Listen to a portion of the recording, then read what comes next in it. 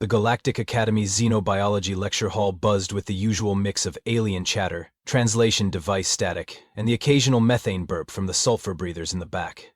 Professor Krelix adjusted his forearms dramatically as he clicked his mandibles together, a habit he'd developed to command attention from his diverse student body. Students, please settle down, Krelix announced, his voice carrying that particular brand of academic smugness that transcended species barriers. His compound eyes swept across the classroom, taking in the floating gas being known as Zephyr, the crystalline entity called Wisp whose faceted surface reflected the room's holographic displays, and Thunk, a rock-based lifeform who looked like he'd been carved from granite and given a really bad attitude. Today we conclude our fascinating study of primitive planetary ecosystems with the most amusing case study in the known galaxy, Krelix continued, his antenna twitching with barely contained glee.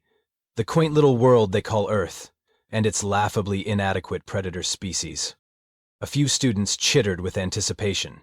Earth creatures had become something of a running joke in xenobiology circles. The planet's complete lack of plasma-based life forms, energy-manipulating entities, or even basic telepathic capabilities made it the galactic equivalent of studying bacteria. In the back row, slouched in a chair that clearly wasn't designed for his bipedal frame, sat Jake Morrison. He was the Academy's first and only human exchange student, a fact that had caused quite the administrative headache when his species had insisted on cultural exchange programs as part of their first contact protocols. Jake had spent most of the semester quietly taking notes, occasionally raising his hand to clarify some misconception about human physiology, and generally being the kind of student profs forgot about until grading time. Right now, Jake was examining his fingernails with the kind of intense focus usually reserved for quantum physics equations. To the casual observer, he appeared to be the picture of academic disinterest.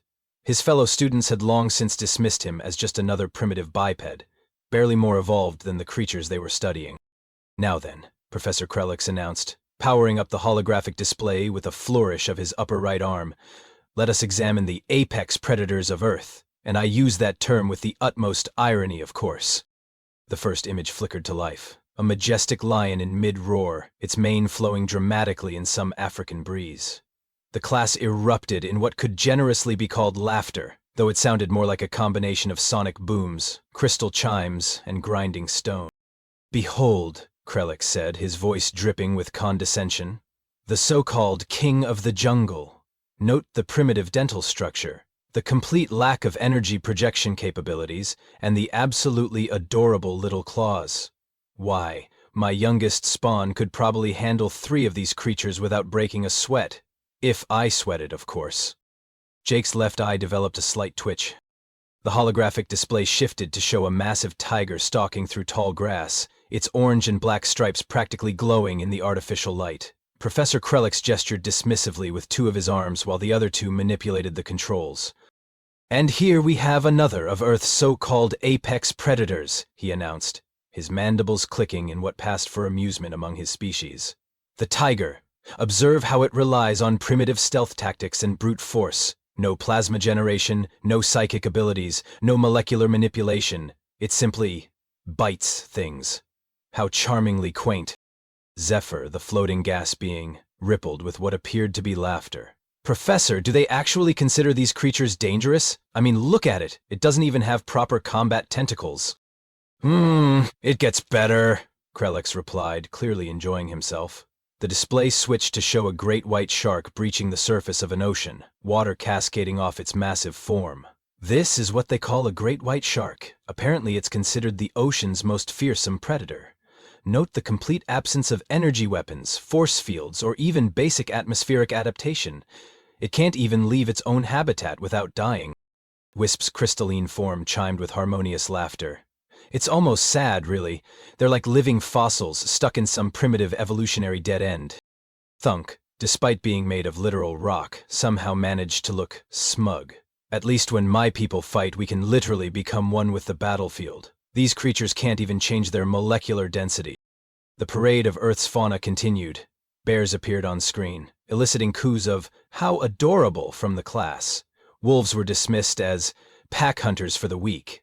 Even the mighty elephant was reduced to a large, slow target with decorative tusks.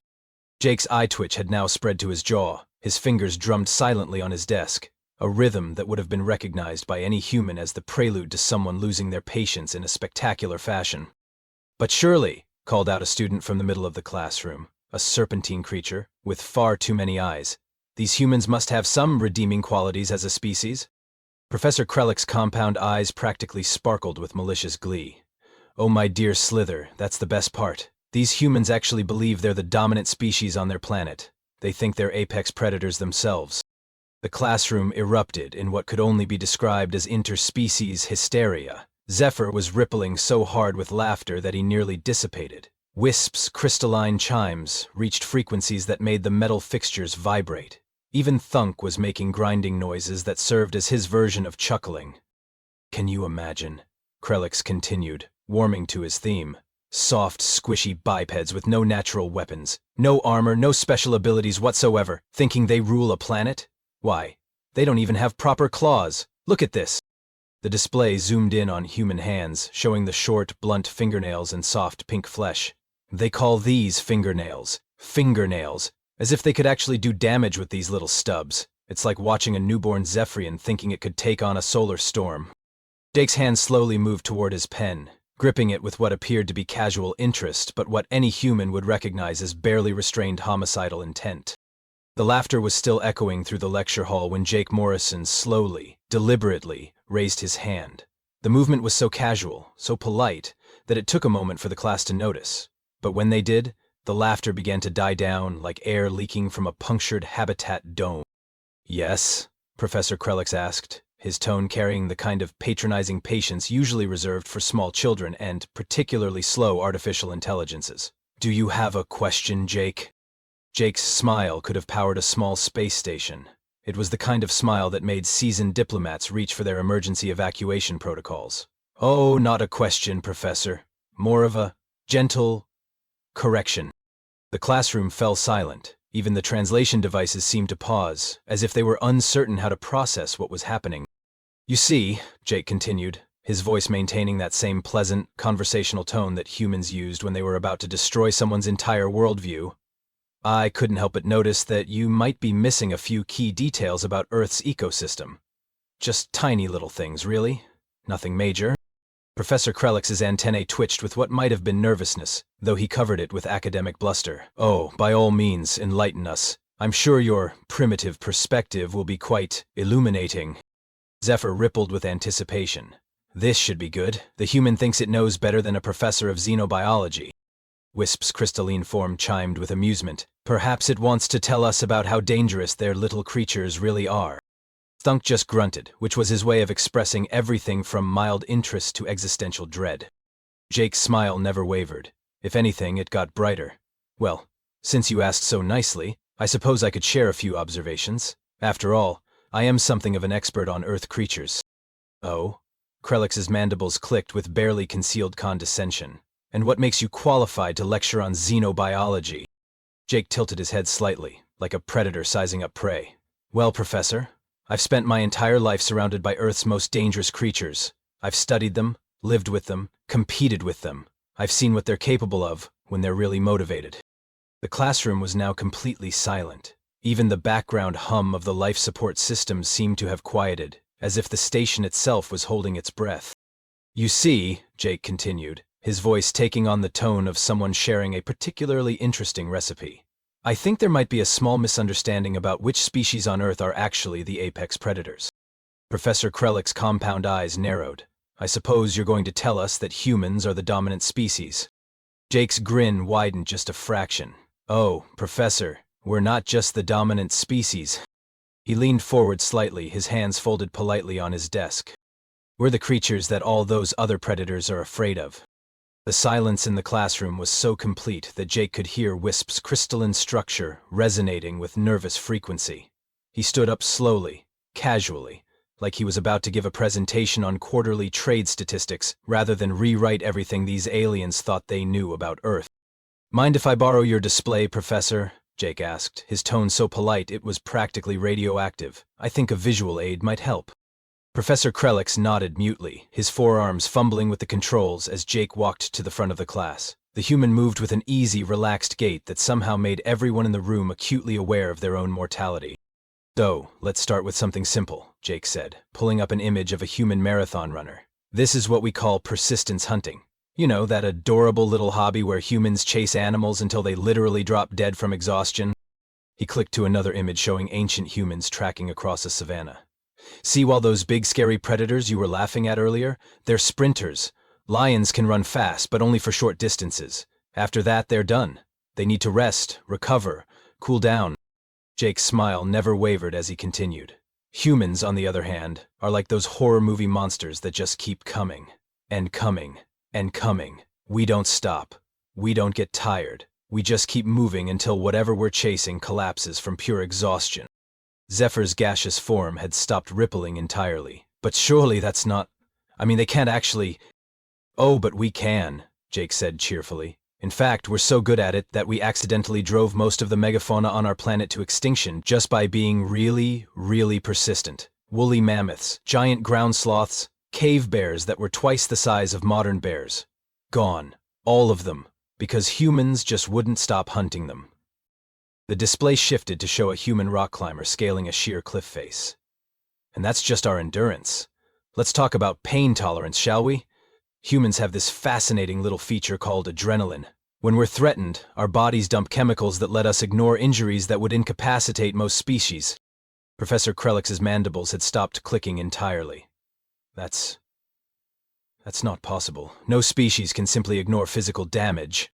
Oh, but we can, Jake said, his voice taking on the tone of someone discussing the weather. We have documented cases of humans continuing to function with broken bones, severe lacerations, even missing limbs. There's a human phrase for it, fight or flight.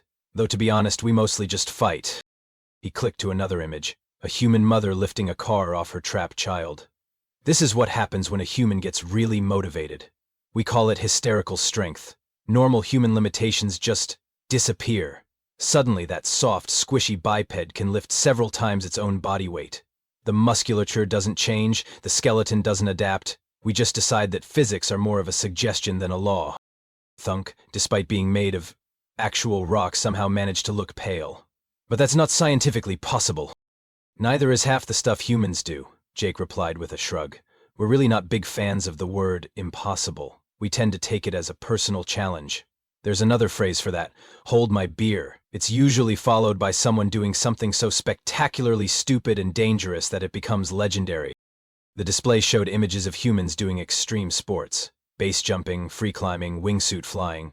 See, most species evolved to avoid danger. Humans evolved to find it entertaining. We literally pay money to jump out of perfectly functional aircraft, to climb mountains that are actively trying to kill us, to swim with those sharks you were making fun of earlier. Jake's grin widened as he watched the growing horror on his classmates' faces. But here's where it gets really interesting. All those nice, safe predators you were laughing at? They have one major weakness. They're predictable. They follow instinct, territory, feeding patterns. Humans? We're creative. He pulled up an image of a medieval battlefield. This is what happens when humans get bored with the whole natural weapons thing. We make our own. Started with rocks and sticks, moved on to swords and arrows, eventually got to the point where we could eliminate entire cities without even being in the same hemisphere. The classroom was now completely silent except for the nervous humming of various life support systems, and what sounded like Wisp having a crystalline panic attack. But wait, Jake continued, his voice bright with enthusiasm. It gets better. We didn't just make weapons. We made weapons that think. We created artificial intelligences specifically designed to be better at killing things than we are. And we gave them control of planet-destroying weaponry. Because that seemed like a really good idea at the time. Professor Krelix's compound eyes were now the size of dinner plates. You're telling me that humans create artificial predators? Oh, Professor, Jake said, his smile reaching levels that should have required a permit. We didn't just create artificial predators. We created artificial predators, and then taught them to be more human. You know what the really scary part is? They're actually less violent than we are. Jake paused for a moment, letting that sink in while he pulled up a new image on the display. It showed a map of Australia, looking deceptively peaceful from orbit. Now, before we continue, Jake said with the casual air of someone about to discuss gardening techniques, I should probably mention that everything I've told you so far is what we consider normal human behavior. But Earth, being the overachiever that it is, decided to create special zones where the difficulty level gets cranked up to 11. He gestured to the map. This is Australia. We like to call it the continent where evolution got really creative with the whole murder everything concept. It's where we send humans to vacation when regular Earth isn't trying hard enough to kill them. The display shifted to show various Australian fauna. Spiders the size of dinner plates, snakes that could kill with a single bite, jellyfish that were essentially transparent death, and crocodiles that looked like they'd been personally crafted by some malevolent deity. See, most planets have one or two apex predators, Jake continued conversationally. Australia decided that was amateur hour. They've got deadly spiders hiding in toilets, snakes that can kill you from 50 feet away, birds that can disembowel you with their feet, and fish that are so toxic that touching them can stop your heart. And that's just the cute stuff. Zephyr had compressed himself into the smallest possible form, which for a gas being was quite an achievement. But surely the humans avoid these areas. Jake's laugh was perhaps the most terrifying sound any of them had ever heard, mainly because it was so genuinely amused. Oh, Zephyr, you sweet, innocent cloud of methane. Humans don't avoid Australia. We colonized it. We turned it into a tourist destination. We have barbecues there. The display showed images of humans casually handling various deadly creatures. Someone holding a massive huntsman spider, another person swimming with sharks, a third calmly relocating a venomous snake with their bare hands. This brings me to another fascinating aspect of human psychology, Jake said, clicking to a new image of a honey badger in action. We have this weird habit of looking at the most dangerous, psychotically aggressive creatures on our planet and thinking, you know what? I bet I could make friends with that. The honey badger on screen was shown tearing apart a beehive while completely ignoring the thousands of stings it was receiving. This little guy is called a honey badger. It's about the size of a small dog, and it regularly fights lions, leopards, and venomous snakes. It's been documented attacking creatures 50 times its size just because it was having a bad day. And you know what humans did when we discovered it? Professor Krelix was now making small whimpering sounds. I'm afraid to ask. We made it our spirit animal, Jake said with obvious pride. We created an entire internet subculture around the phrase honey badger don't care. We turned a psychotic murder machine into a meme. The display shifted to show a flock of geese. Several alien students visibly relaxed, thinking they were finally seeing something harmless. Oh, and these are geese, Jake said casually. They're herbivores mostly, completely harmless looking, right? Wrong. Geese are proof that Earth's ecosystem has a sense of humor. They're territorial, aggressive, and have absolutely no fear of creatures 100 times their size. They will attack humans, cars, aircraft, and pretty much anything that looks at them wrong. We have documented cases of geese shutting down airports. He clicked to another image, showing a massive hippo with its mouth wide open. Speaking of deceptively dangerous, meet the hippopotamus. Looks like a big, friendly water cow, right? It's actually one of the most dangerous animals in Africa. It kills more humans per year than lions, leopards, and crocodiles combined. And you know what the really fun part is? It's a herbivore. It doesn't even want to eat you. It just wants to crush you into paste because you had the audacity to exist in its general vicinity. The classroom was now filled with the sound of various species hyperventilating, or whatever the equivalent was for beings who didn't technically breathe. But here's where it gets really interesting, Jake continued, his enthusiasm genuinely infectious in the most horrifying way possible. Humans looked at all these incredibly dangerous predators and thought, you know what would be fun? Let's take the most dangerous ones and turn them into pets. The display showed the progression from wolf to various dog breeds. 30,000 years ago, we took wolves, pack-hunting predators with bone-crushing jaws, and turned them into pugs. Pugs. We literally bred apex predators until they couldn't breathe properly and needed sweaters in winter. We took creatures that could tear apart a mammoth and made them so dependent on us that they can't survive without human intervention. Thunk was now making grinding sounds that suggested he was having an existential crisis. But why would you do that? Because we could, Jake said simply, and because we thought it would be fun. We did the same thing with cats, by the way. We convinced solitary predators to live in our homes and bring us dead animals as presents. We call it love. The display shifted to show various images of human warfare throughout history. Now, about that creativity I mentioned earlier. When humans get really serious about conflict, we don't just fight, we innovate. We started with pointy sticks and rocks, but we didn't stop there. We made better rocks, pointier sticks, and eventually we figured out how to harness chemical reactions to throw metal really, really fast. The progression of human weaponry flashed across the screen. Swords, bows, gunpowder, cannons, machine guns, bombers, missiles, and finally a mushroom cloud. "This is what happens when humans get really motivated about ending a conflict," Jake said, his voice taking on an almost academic tone. "We figured out how to split atoms and release the energy that powers stars. Then we put that energy into bombs. Then we built thousands of them. Then we pointed them at each other and called it peace through superior firepower." Professor Krellick's voice was barely a whisper. "You weaponized stellar fusion?" "Oh, that's just the nuclear stuff," Jake said with a wave of his hand. "We also developed biological weapons, chemical weapons, psychological warfare, economic warfare, and something we call mutually assured destruction, which is basically a planet-wide suicide pact that somehow keeps everyone from fighting. We turned the threat of total annihilation into a diplomatic strategy." The display showed humans in various extreme situations, climbing Everest, diving to ocean depths, exploring polar regions, and venturing into space. But here's the thing that really sets humans apart from every other species on Earth. We don't just fight other creatures. We fight the planet itself. We go to places that are actively trying to kill us, not for resources, not for territory, but just to prove that we can. Jake's smile was now approaching levels that violated several galactic treaties on psychological warfare. We climb mountains that kill people regularly. We dive to depths that would crush most spacecraft. We explore deserts that can kill you in hours, and polar regions that can kill you in minutes. And we do it for fun.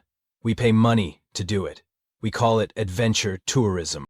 The final image showed a human astronaut floating in space, Earth visible in the background. And when our own planet wasn't challenging enough, we left it. We strapped ourselves to controlled explosions and threw ourselves into the vacuum of space. We landed on airless rocks, survived in metal cans for months at a time, and then came back and did it again. Because space wasn't scary enough to stop us. Jake turned back to the class, his expression now deadly serious. "So, when you ask me about Earth's apex predators, Professor, you're asking the wrong question. Earth doesn't have apex predators. Earth has humans, and everything else is just trying to survive us." The silence that followed Jake's statement was the kind of silence usually reserved for the aftermath of supernovas, or the moment when entire civilizations realize they've made a terrible mistake. It was so complete that the station's artificial gravity seemed to hesitate, as if the universe itself was taking a moment to process what had just been revealed. Professor Krellick's forearms hung limply at his sides, his compound eyes staring at Jake with the kind of expression usually seen on creatures who had just discovered that their entire understanding of reality was fundamentally flawed. His mandibles opened and closed soundlessly, like a fish trying to breathe in vacuum. Zephyr had compressed himself into a sphere so dense that he was barely visible, just a faint shimmer in the air that occasionally pulsed with what might have been existential terror. The gas being's usual confident rippling had been replaced by what could only be described as atmospheric hyperventilation. Wisp's crystalline form was vibrating at frequencies that made the nearby equipment emit worried beeping sounds. The harmonic laughter that had filled the room earlier had been replaced by discordant chimes that sounded like a wind chime having a nervous breakdown. Spunk, despite being made of literal rock, somehow managed to look like he was about to faint. His granite features had shifted into an expression of dawning horror as he processed the implications of everything Jake had said. Even his usual confident solidity seemed to have developed a slight tremor. The serpentine student called Slither had coiled himself into what appeared to be a defensive ball, his numerous eyes darting between Jake and the nearest exit as if calculating whether he could escape, before the human decided to demonstrate any of the capabilities he'd just described. Jake, meanwhile, stood at the front of the class looking perfectly relaxed, his hands clasped behind his back like a tour guide who had just finished explaining the local flora and fauna. His smile had returned to its earlier pleasant intensity, the kind of expression that suggested he was genuinely enjoying the educational experience.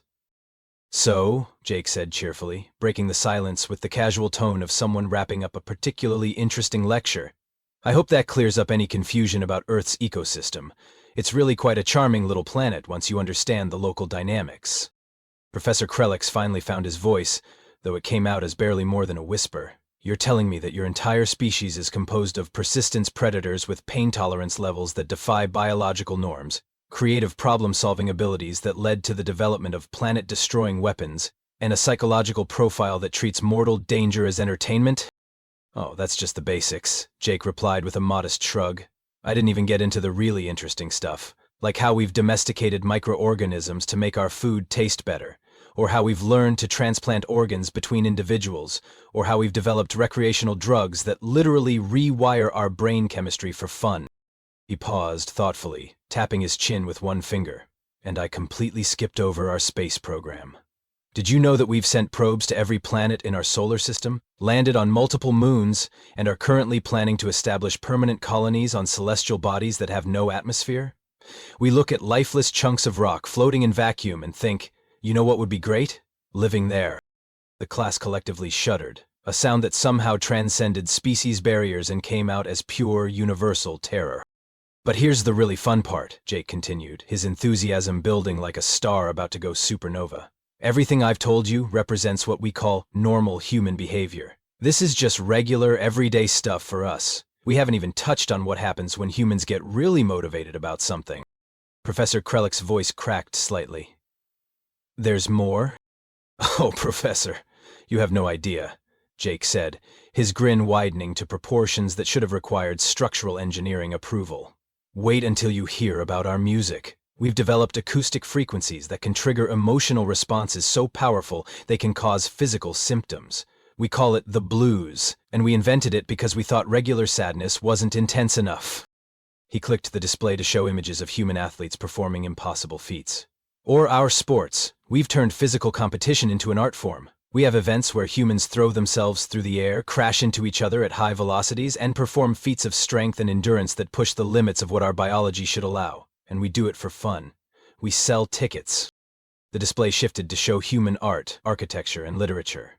We've created entire languages just to express concepts that didn't exist before. We've built structures that reach toward the sky for no practical reason other than to prove we could.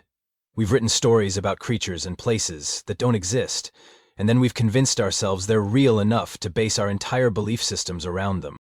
Jake's voice took on the tone of someone sharing a particularly delicious secret. And here's the best part about human creativity. We don't just adapt to our environment. We make our environment adapt to us. We've reshaped entire landscapes, redirected rivers, created lakes where none existed, and turned deserts into gardens. We look at the natural world and treat it like a rough draft that needs editing. The silence that followed this revelation was so profound that several students appeared to be questioning their own existence. Professor Krellick's compound eyes had glazed over with the 1,000-yard stare of someone who had seen too much. Now, Jake said, clapping his hands together with the enthusiasm of someone who had just solved a particularly challenging puzzle, I hope this has been educational for everyone. It's always fun to share a bit about the old home planet. He turned to Professor Krellick with that same bright, helpful smile. Professor, I was thinking, if you'd like to revise your curriculum, I'd be happy to guest lecture on some other aspects of human culture. We could cover extreme sports, which is basically our systematic approach to finding new ways to almost die for entertainment. Or maybe human cuisine, which involves deliberately consuming substances that cause pain because we enjoy the sensation. Professor Krellick's voice came out as a strangled whisper. I think we might need to reconsider our entire approach to xenobiology. Well, that's probably a good idea, Jake agreed cheerfully.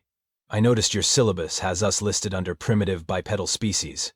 You might want to update that to something like apex predators, handle with extreme caution, or maybe do not provoke under any circumstances. He paused, as if struck by a sudden thought. Actually, you know what might be fun? I could arrange for some of my classmates back on Earth to send some videos of what they consider normal weekend activities. Nothing too extreme, just some basic rock climbing, cave diving, maybe some footage from our extreme weather sports. You know, the kind of thing we do when we're bored.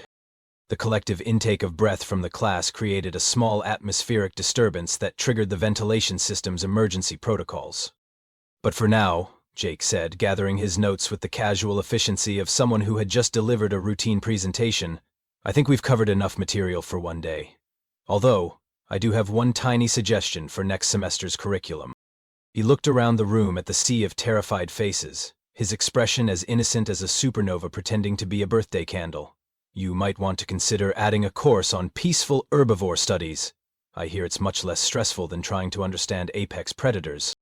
As Jake walked back to his seat, The only sound in the room was the soft whisper of air circulation and what might have been Professor Krelix quietly updating his lesson plans to focus exclusively on the mating habits of non-sentient algae. The human settled back into his chair with the satisfied expression of someone who had just helped his classmates achieve a better understanding of the universe and their place in it. It was, he reflected, exactly the kind of educational experience that made interspecies cultural exchange such a rewarding endeavor. After all, it was always nice to make new friends.